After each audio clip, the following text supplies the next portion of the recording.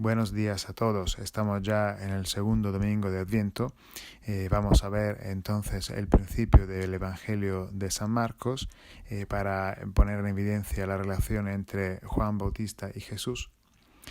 Y para hacer eso me apoyaré sobre el libro Mira que envío mi mensajero delante de ti, de la autora Iranzu Galdeano Galdeano. Así que vamos a empezar. Eso es la perícopa que vamos a tratar y la voy explicando poquito a poco desde el versículo 1 que la autora define como el título, comienzo del Evangelio de Jesucristo, Hijo de Dios. Ya desde el comienzo Marcos nos da a entender que la finalidad de todo el Evangelio es mostrar a Jesús como el Hijo de Dios, y lo dice desde el principio. Entonces, toda una declaración de intenciones. El título entonces es una introducción para que comprendamos quién es Jesús, y entonces toda una pista para que el lector entienda y es un adelanto a lo que es el contenido de la narración y también una confesión de fe. Si vemos ahora los versículos 2 y 3 del capítulo 1, que así dicen: conforme está escrito en Isaías el profeta, mira, envío mi mensajero delante de ti, el que ha de preparar tu camino. Voz del que clama en el desierto, preparad el camino del Señor, enderezad sus sendas. Pues son dos citas bíblicas que Marcos introduce allí para que comprendamos la figura del Bautista. Ella es una composición de tres citas del Éxodo 23, Malaquía 3 e Isaías 40. Una composición porque era difundida en aquel entonces la práctica de modificar los textos, de reinterpretarlos, de relacionarlos, obviamente de citarlos y atribuirlos a un solo autor, que como vemos aquí, el autor es Isaías. Si vamos a ver un poco lo que son las citas, pues Éxodo 23 dice: mi ángel caminará delante de ti y te introducirá en el país de los amorreos, hititas, pericitas, cananeos, gibitas, jebuseos, y yo los exterminaré. Aquí Dios está hablando a su pueblo y habla de un ángel que caminará delante del pueblo. Entonces el mensajero, ese ángel que llegará y le abrirá un poco lo que es el camino. Lo mismo aparece en la cita siguiente de Malaquía 3.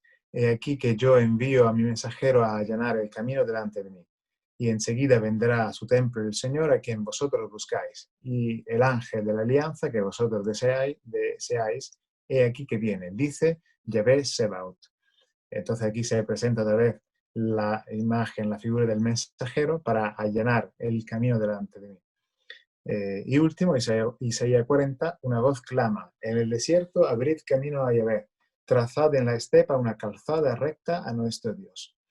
De estas citas que Marcos compone, pues vemos claramente cómo se habla de un mensajero, de un ángel, de un precursor que abre ese camino, allana el camino, prepara el camino a Yahvé. En Isaías además se ve como estamos en el desierto y de esa llegada inminente del Señor.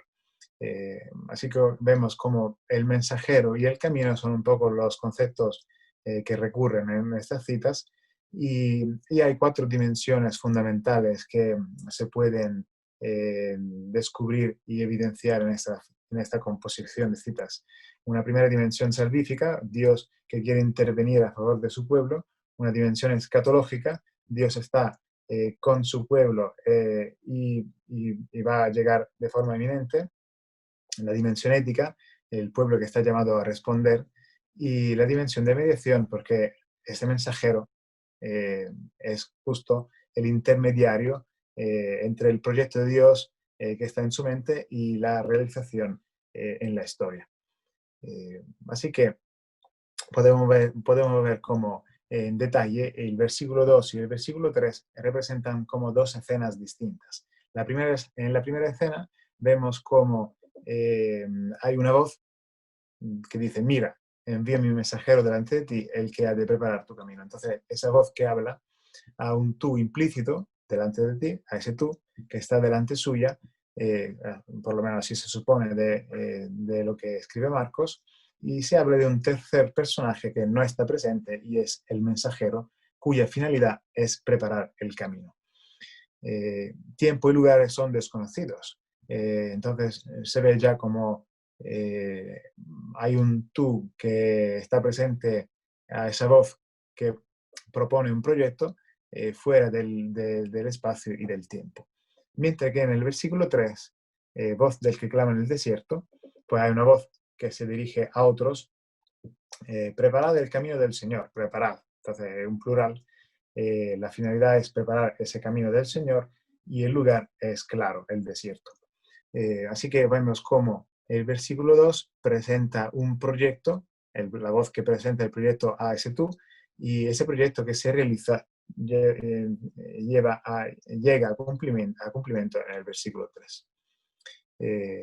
Así que podemos terminar diciendo que esa voz muy indeterminada, no sabemos quién es y no se ve toda esa característica de misterio, nos dan enseguida a entender que estamos hablando de la divinidad.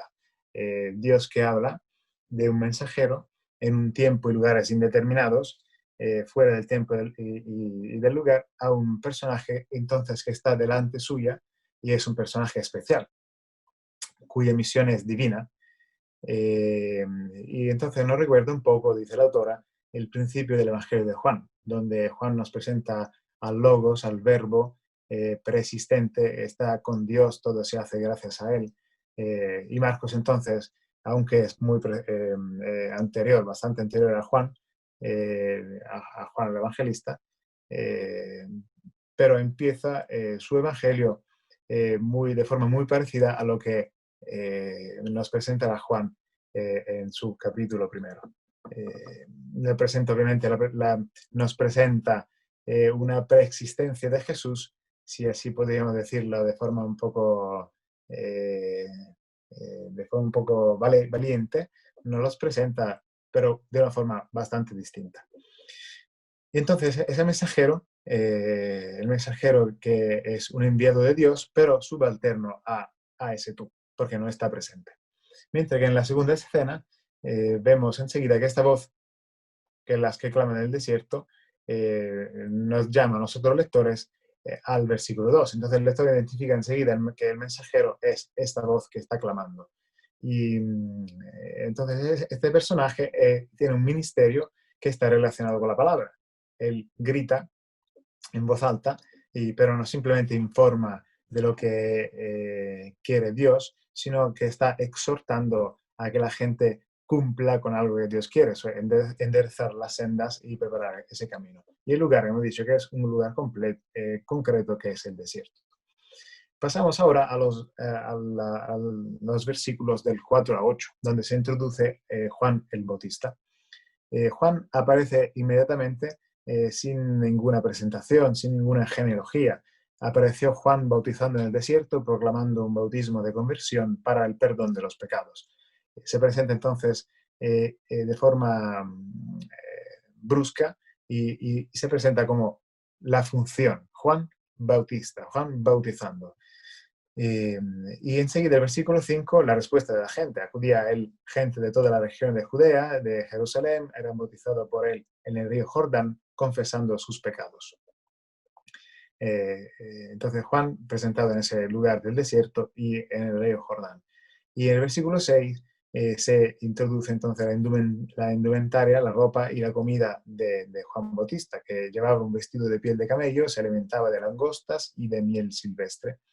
Dice la autora que podría ser probablemente la indumentaria y la comida de una persona que vive en el desierto. Algunos autores, algunos estudiosos hacen referencia a la indumentaria, al cinturón, por ejemplo, que puede recordar a Elías, o también él vivía en el desierto, al Jordán, donde también aparece Elías, pero dice autor, son elementos muy débiles con el que se puede relacionar Juan y Elías.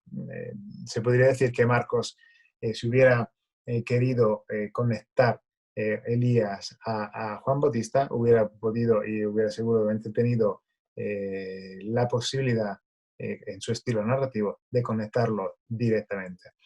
De todas formas, sí se presenta Juan como ese profeta que anuncia a alguien, como vemos ahora en el versículo 7, anuncia a alguien más fuerte que él. Y proclamaba, detrás de mí viene el que es más fuerte que yo, y yo no soy digno de desatarle inclinándome la correa de su sandalia. Y yo os he bautizado con agua, pero él os bautizará con Espíritu Santo. Se muestra entonces enseguida que Juan Bautista eh, es, es percibe eso, percibe su misión, conoce su misión, conoce lo que tiene que hacer y sabe que su misión es inferior a la misión que tendrá otro personaje que hasta ahora es desconocido y que se presentará después. Además, hay que decir que ese versículo, estos versículos 4 y 5 se conectan perfectamente con el versículo 3, porque el versículo 3 habla de esa voz que clama en el desierto, de que prepara el camino del Señor, y dan perfectamente continuidad, encuentran perfectamente continuidad en el 4 y en el 5, donde Juan es presentado como bautizando en el desierto, y que está proclamando ese bautismo para la conversión. Entonces prepara ese camino del Señor y la gente acude. Si ahora pasamos al versículo 9 y 13, pues aquí se introduce Jesús. Y sucedió que por aquellos días vino Jesús de Nazaret de Galilea y fue bautizado por Juan en el Jordán. Aquí entonces se presenta Jesús, también aparece de repente, de la gente que estaba allí, aparece de repente y es bautizado por Juan en el Jordán. Entonces le he puesto en azul para demostrar cómo Marcos quiere subrayar la superioridad de Jesús sobre Juan. No es Juan que bautiza a Jesús, no es Juan el protagonista, sino es Jesús el protagonista, aunque pasivo, bautizado por Juan. Después del versículo 9, donde además Jesús es presentado como el que viene de Nazaret, mientras que Juan no se conoce ni de dónde viene, ni como lugar, ni de dónde viene como familia. Los versículos siguientes presentan dos escenas. El 10, efectivamente, del 9 al 11, la escena de introducción y el bautismo, y la escena del 12 al 13, donde Jesús va al desierto. El lugar siempre es el mismo, el desierto donde Jesús es bautizado y el desierto donde Jesús va guiado por el Espíritu. Si nos centramos en el 9-11, vemos cómo en la primera parte presenta el bautismo de Jesús, Juan que bautiza a Jesús, y hemos visto que viene de Nazaret, pero Marcos no presenta a un Jesús confesando sus pecados, mientras que en los versículos anteriores se decía que la gente se acercaba confesando sus pecados. Y como he dicho, se presenta a Jesús más fuerte que Juan, eh, por el hecho de, no solo porque lo he dicho Juan al comienzo, sino también porque es Juan, es Jesús que es bautizado por Juan. Entonces, ese pasivo donde de todas formas él es el protagonista. Siempre en los mismos versículos, pero del 10 al 11, se presenta la teofanía. En cuanto salió del agua, vio Jesús que los cielos se rasgaban y que el Espíritu en forma de paloma bajaba a él. Y se oyó una voz que venía de los cielos: tú eres mi Hijo amado, en ti me complazco. Vemos entonces aquí cómo no se habla de nadie más, solamente se presenta a Jesús y a esa teofanía, y es como si el lector tuviese esa información privilegiada, como si de repente estuviese solo Jesús, no hay nadie más, y estamos otra vez como fuera del espacio y del tiempo, y es una información que solo el autor, solo el lector conoce. Y he puesto en colores distintos algunas referencias que Marcos hace a citas del Antiguo Testamento, por ejemplo, los cielos que se rasgan, que hace referencia a Isaías 63. Si rompieses los cielos y descendieses, hace referencia a esa bóveda, a ese toldo, ¿no?, que se abre, el cielo que se abre, entonces Dios se comunica a los hombres a través de Jesús. Y luego ese espíritu que baja en forma de paloma, le he puesto en naranja, con las citas en naranja, donde siempre en Isaías se habla del espíritu de Yahvé que reposa sobre el tronco de Yese, Isaías 11, o Isaías 42, y aquí mi siervo, a quien yo sostengo, he puesto mi espíritu sobre él, yo lo he elegido, en él me complazco. Y en el 61, Isaías 61:1, el espíritu del Señor Yahvé está sobre mí, y él es el ungido de Yahvé. Viene a anunciar la buena nueva a los pobres. Total, que además, sobre todo en ese Isaías 61, se ve como se presenta a ese ungido como el que va a anunciar una buena nueva, que la buena nueva que Marcos ha presentado en el título, en el primer versículo, el comienzo del anuncio de Jesús, el Hijo de Dios, el anuncio de la buena nueva. Además, en estos versículos donde se oye la voz, no es Juan entonces que anuncia a Jesús. Juan simplemente prepara el camino, pero la tarea de anunciar, la tarea de revelar a Jesús como el hijo amado, es tarea de Dios, de la voz. Así que podemos ver cómo estos versículos 9-11 cumplen las citas del 2 y del 3, que hemos visto aquí hace poco. En las citas del 2 y del 3 son cumplidas, se ven cumplidas justo en la teofanía, donde ahora entendemos quién es ese tú implícito, quién era esta voz que hablaba delante de este tú, y entendemos como el mensajero es Juan el Bautista. Y entonces la diferencia entre Juan y Jesús es una diferencia sustancial. Este Jesús es el Hijo amado, en él Dios se complace. Última diapositiva, que habla de los versículos 12 y 13, la estancia de Jesús en el desierto. A continuación, el Espíritu le empuja al desierto y permaneció en el desierto 40 días, siendo tentado por Satanás. Estaba entre los animales del campo y los ángeles le servían. Aquí, obviamente, si Jesús está solo en el desierto, nadie sabe lo que está pasando. Entonces, el lector tiene esta información privilegiada. Y vemos cómo de repente todo esto nos da a entender que la verdadera preparación de Jesús a su ministerio público no es tanto el bautismo, no es tanto Juan que prepara a Jesús, sino el Espíritu que empuja al desierto, según la autora. Es el Espíritu que empuja al desierto a Jesús, y estos 40 días, que tienen un sentido simbólico, son la verdadera preparación de Jesús, donde el Espíritu y los ángeles preparan a Jesús y no Juan. Obviamente, como decía, los 40 días se refieren un poco por ejemplo, los 40 días de Moisés en el Sinaí, ese diálogo de Moisés con Yahvé, y también los 40 años del pueblo de Israel en el desierto, donde siempre hay esa comunión y esa presencia de Dios con su pueblo o con Moisés. Además, hay que decir que se puede entender perfectamente la diferencia entre Juan y Jesús, porque Juan es presentado como un personaje estático. Juan es el que de repente se presenta como el que está en el desierto, no se mueve de allí, siempre está bautizando, mientras Jesús es el que viene de Galilea, viene de Nazaret, se presenta donde Juan, y luego se va al desierto 40 días, y que se supone que luego se moverá del desierto. Entonces, un personaje errante, un personaje dinámico. Además, Jesús es presentado como un personaje poliédrico, porque es ese hijo de Dios, pero se presenta de forma humilde. Está con la gente, nadie le reconoce.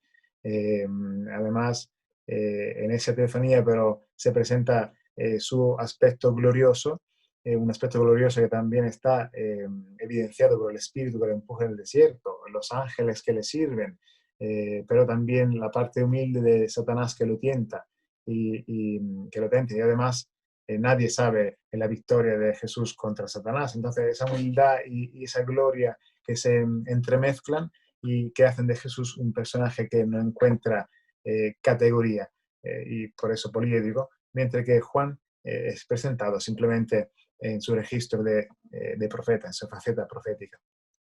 Y por último, para acabar, esta presencia de los animales del campo que están con Jesús, que nos dan a entender, por voluntad de Marcos, esa armonía entre los hombres y entre el hombre Jesús y los animales, típica de los tiempos escatológicos. Espero no haberme enrollado mucho, haber explicado más o menos simplemente, de forma sencilla, perdón, lo que he leído, y os deseo un feliz día y muchas gracias por vuestra atención. Hasta luego, compañeros. Hasta luego,